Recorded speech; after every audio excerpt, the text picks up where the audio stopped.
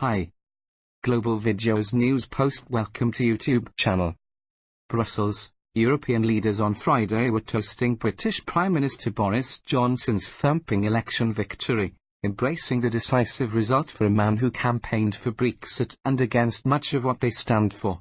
The somewhat counterintuitive celebration stemmed from Europe's resignation that Britain's split from the European Union is inevitable, and from EU frustrations with more than 3 years of dealing with British leaders who were barely in control of their own parliament. Now, as European and British leaders prepare to embark on tense and tricky negotiations about their post-Brexit relationship, Europeans hope Johnson will be able to deliver on the deals he makes in the bargaining sessions. They also believe that Britain's exit may be less drastic now that the size of Johnson's win protects him from being taken hostage by Brexit hardliners favour only the most severe breakup. To be honest, many of my counterparts were pleased at the fact that this was a clear outcome, that we are not again facing a situation with a hung parliament where you can't make headway in either direction, said German Chancellor Angela Merkel, who rarely speaks so openly about other countries' internal politics. I have to pay my respects. Chap, one can only say that he has managed to achieve this result, she said, a smile flickering across her face. Some leaders, perhaps channeling their own inclinations, suggested that pro-EU Brits may have voted for Johnson just to end the agony of Brexit uncertainty. I am sure that a lot of Remainers voted for Boris Johnson because they are fed up of not knowing what is going to happen, and they wanted just to have a finish, arrival, basta, finito. They wanted to have clarification, Luxembourg Prime Minister Xavier Bettel told reporters Friday, beaming with apparent delight at the victory of a man with whom he has clashed in the past.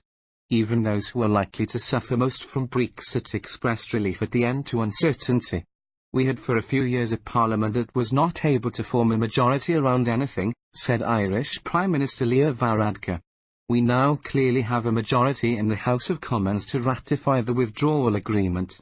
Varadkar declared himself relieved by the result, even though he remained sad that Britain was departing and has raised concerns about the potential for disruption to trade and the re-emergence of violence at the border between Northern Ireland and Ireland.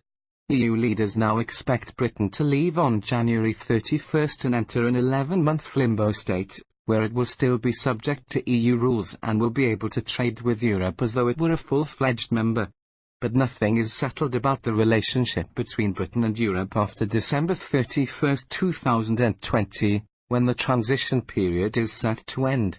In that time frame, negotiators will somehow have to hammer out a major trade deal, as well as agreements about how Britain and Europe cooperate on security, foreign policy and a range of other issues.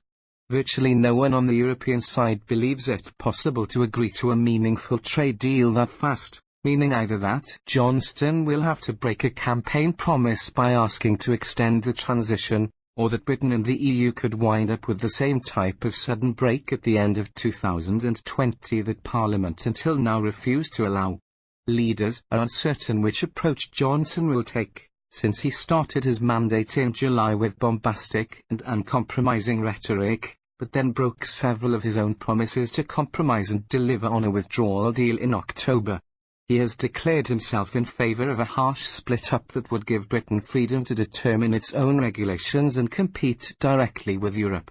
But because that approach would lead to economic pain for many British businesses, and for many of the new Conservative supporters he picked up in old Labour heartlands, many in Europe are hopeful he will ultimately choose a closer relationship, which is what most of them want. Analysts said one clue may lie in the origins of Johnson's opposition to the EU. Yes, he wrote anti-EU screeds as a newspaper correspondent based in Brussels. But he was reportedly conflicted on Brexit, writing 2 versions of a 2016 opinion column, one embracing Europe, the other rejecting it. And ultimately his choice may have had more to do with his political aspirations than with ideology. Johnson has been pragmatically anti-Europe because he thought it would win him the leadership of the Conservative Party, said Michael Cox, an emeritus professor of international relations at the London School of Economics. His notion of what is Brexit could be quite a pragmatic outcome.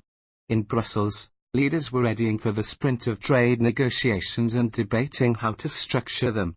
Any trade deal will likely require a series of politically unpalatable decisions for Johnson, who will find that EU negotiators are insistent on closely aligned regulations in exchange for access to their vast market. Britain is of course deeply integrated into the EU market, since until now it has been a full member. It will contain many things he will have problems with, said Fabian Zulig, the head of the European Policy Centre, a Brussels-based think tank. That is going to be a bit of a shock for the UK. It wasn't just European leaders who, in the landslide victory for Brexit, saw signs that the broad majority could actually lead to a softer split. Nigel Farage, leader of the hardline Brexit Party and a radio talk show, said Friday he was happy that at least some version of Brexit would be happening, and that Johnson's victory is far better than the alternative, a win by the socialist Jeremy Corbyn, leader of the Labour Party. But Farage said he does not believe Johnson's Brexit will be what the people voted for. He said he still believes that Britain should crash out of its long partnership with Europe without a deal. Does it get Brexit done? No, Farage told ITV News. I think we're probably going to head into 3 years of pretty agonizing negotiations. Farage warned his followers that the bigger the Conservative majority in Parliament, the less influence the most hardcore Brexiteers and Eurosceptics will have on Johnson. With a majority of at least 39 seats, Johnson won't need every member of his party to vote for his measures. A couple of renegades in his own party will not be able to stop him, or make oversized demands, the way they did before. And Farage's Brexit party appeared to be in meltdown. It got 2% of the total vote on Thursday, winning 0 seats in the British Parliament. Since the party will lose its seats in the European Parliament on January 31st, assuming Britain leaves as planned, it will be diminished as a force in British and continental politics. Brussels is delighted to say adieu to what it regards as obstructionist rabble. Farage claimed credit for depressing the working-class Labour vote in its traditional heartlands, thus enabling Conservatives to win those constituencies for the first time in a century. He declined to discuss his own future. Booth reported from London. Carla Adam in London and Quentin Aries in Brussels contributed to this report. Global Videos News Post to YouTube channel. Don't forget to subscribe and follow. Thanks for watching.